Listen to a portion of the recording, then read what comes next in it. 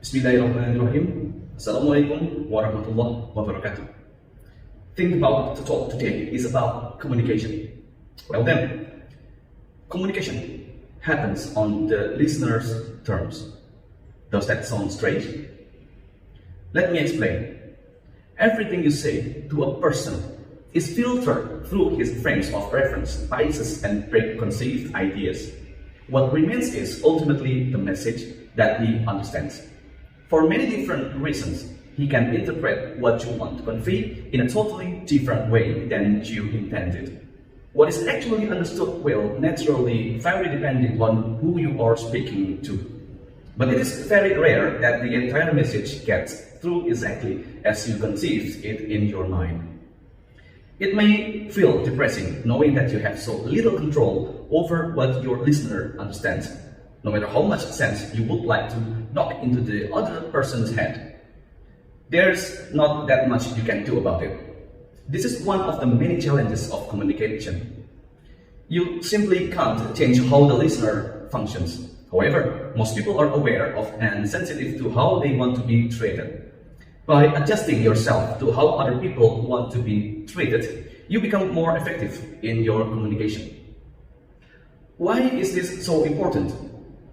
You help other people understand you by creating a secure arena for communication on their terms.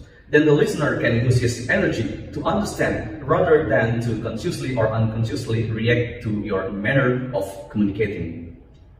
All of us need to develop our flexibility and so be able to vary our style or communication, adapting it when we speak to people who are different from us. Here we find another truth. No matter what method you choose to communicate with as an individual, we will always be in the minority. No matter what kind of behavior you have, the majority of people around you will function differently from you.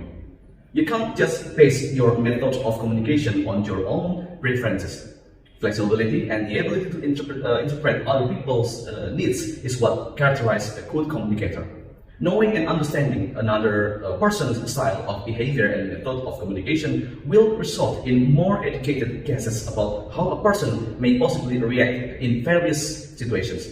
This understanding will also dramatically increase your ability to get through to the person in question. No system is perfect. Let me be clear about one important point. My explanation doesn't claim to be totally comprehensive with respect to how we as people communicate with each other. No book nor explanation can do that, because the number of signals we constantly transmit to those around us wouldn't fit into any book nor any explanation. Even if we could include body language, the differences between male and female dialect, cultural differences, and all the other ways to define variation in communication, we wouldn't be able to write everything down.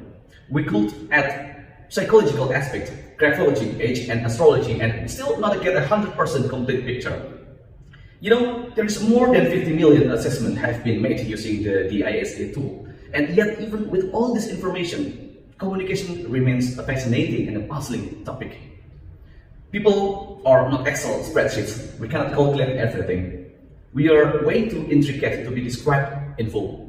Even the youngest child is far more intricate than anything that could be conveyed in a book. However, we can avoid the most blatant blunders by understanding the basics of human communication. That is for now. There's too much to explain about communication, but we will continue it on different occasions. This is Satya Dharma. See you on the next video. Wassalamualaikum warahmatullahi wabarakatuh.